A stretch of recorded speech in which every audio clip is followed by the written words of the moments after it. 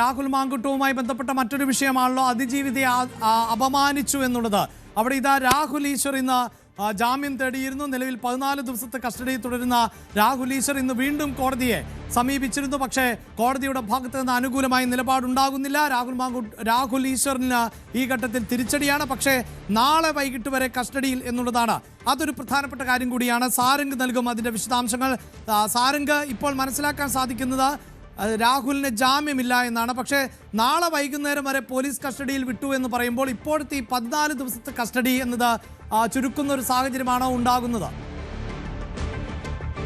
അഭിലാഷ്, വളരെ നിർണായകമായ ഒരു കാര്യമാണ് ഇപ്പോൾ കോടതിയുടെ ഭാഗത്തും ഉണ്ടായിട്ടുള്ളത്. കഴിഞ്ഞ ദിവസം തന്നെ ഈ കോടതിയിൽ ഹാജരാക്കിയ സമയത്ത് രാഹുൽ പറഞ്ഞിരുന്നു സുപ്രീം കോടതി വിധിയുടെ നഗ്നമായ ലംഘനമാണ് ഇവിടെ നടക്കുന്നത്. മാത്രമല്ല ഈ ഒരു താൻ സമൂഹ മാധ്യമങ്ങളിലൂടെ പങ്കുവച്ച ഇത്തരത്തിലുള്ള വീഡിയോ അതിന്റെ പൂർണ്ണതയിൽ കാണാതെ അതിന്റെ ഒരു ഭാഗം മാത്രം കണ്ടുകൊണ്ടാണ് കോടതി തീരുമാനമെടുത്തത്. അതുകൊണ്ട് ഇതിൽ ന്യായമായും തന്റെ ഭാഗത്ത് ന്യായമുണ്ടെന്നും അത്തരത്തിലെ ഈ ഒരു ഇരയെ അപമാനിക്കുന്ന തരത്തിലേക്കും വെളിപ്പെടുത്തുന്ന തരത്തിലേക്കും തന്റെ ഭാഗത്തും തെറ്റുണ്ടായിട്ടില്ല എന്നടക്കമുള്ള കാര്യങ്ങളായിരുന്നു മാധ്യമങ്ങളോടക്കം രാഹുൽ ഈശ്വർ പങ്കുവച്ചിരുന്നത്. ഇന്നും അത്തരത്തിൽ, അതായത് ഈ ഒരു കോടതിയുടെ തീരുമാനത്തെ കൂടുതൽ, അതായത് തനിക്ക് ജാമ്യം അനുവദിക്കണം എന്ന തരത്തിലേക്കായിരുന്നു ഇന്ന് വാദം തുടങ്ങിയത് തന്നെ.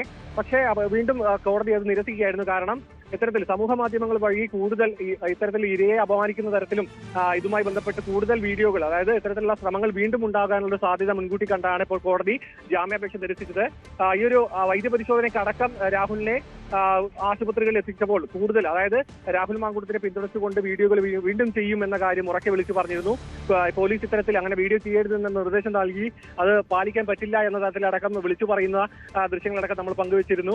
അത്തരത്തിൽ നോക്കുകയാണെന്നുണ്ടെങ്കിൽ കോടതിയുടെ ഈ നിരീക്ഷണം വളരെ ശക്തമാണ്. കാരണം ഇത് ഇരയുടെ ഒരു സ്വകാര്യതയെ മാനിക്കുന്ന തരത്തിൽ, അതായത് ഈ ഒരു രാഹുൽ മാങ്കൂട്ടത്തിന് പരസ്യമായി പിന്തുണ പ്രഖ്യാപിച്ചുകൊണ്ട് രംഗത്തേക്ക് വരികയും ഈ ഇരയെ അത്തരത്തിൽ അപകീർത്തിപ്പെടുത്തുകയും അടക്കം ചെയ്യുകയും ആ ഇരയുടെ ഐഡന്റിറ്റി, അതായത് കൂടുതൽ വിവരങ്ങൾ അടക്കം സമൂഹ മാധ്യമങ്ങൾ വഴി ജനങ്ങളിലേക്ക് എത്തിക്കാൻ അടക്കം ശ്രമിച്ചത് ഗുരുതരമായ ഒരു കുറ്റമായിട്ടാണ് ഇപ്പോൾ കോടതി കണക്കാക്കിയിരിക്കുന്നത്. നാളെ വൈകുന്നേരം വരെ കോടതി കസ്റ്റഡിയിൽ വിട്ടു എന്നാണ് ഇപ്പോൾ ലഭിക്കുന്ന വിവരം. ഇതിലെ കൂടുതൽ വിശദാംശങ്ങൾ ലഭ്യമാവേണ്ടതുണ്ട്. അതായത് ഇപ്പോൾ ചില വിവരങ്ങൾ പുറത്തു വരുന്നത് അനുസരിച്ച് രാഹുലിന്റെ തുടർ നീക്കങ്ങൾ, അതായത് രാഹുൽ ഈശ്വറിന്റെ, പ്രേക്ഷകർക്ക് മാറിപ്പോകേണ്ട, ഇപ്പോൾ സംസാരിച്ചു കൊണ്ടിരിക്കുന്നത് രാഹുൽ ഈശ്വറിനെ കുറിച്ചുള്ള വിഷയമാണ്. അതായത് രാഹുൽ ഈശ്വറിനെതിരായ ആരോപണവും പരാതിയും എന്നത് അതിജീവിതയെ അപമാനിച്ചു എന്നുള്ളതാണ്. അങ്ങനെ അതിജീവിതയെ അപമാനിച്ചതിന് ഇപ്പോൾ 14 ദിവസം റിമാൻഡിൽ ആയിരുന്നു.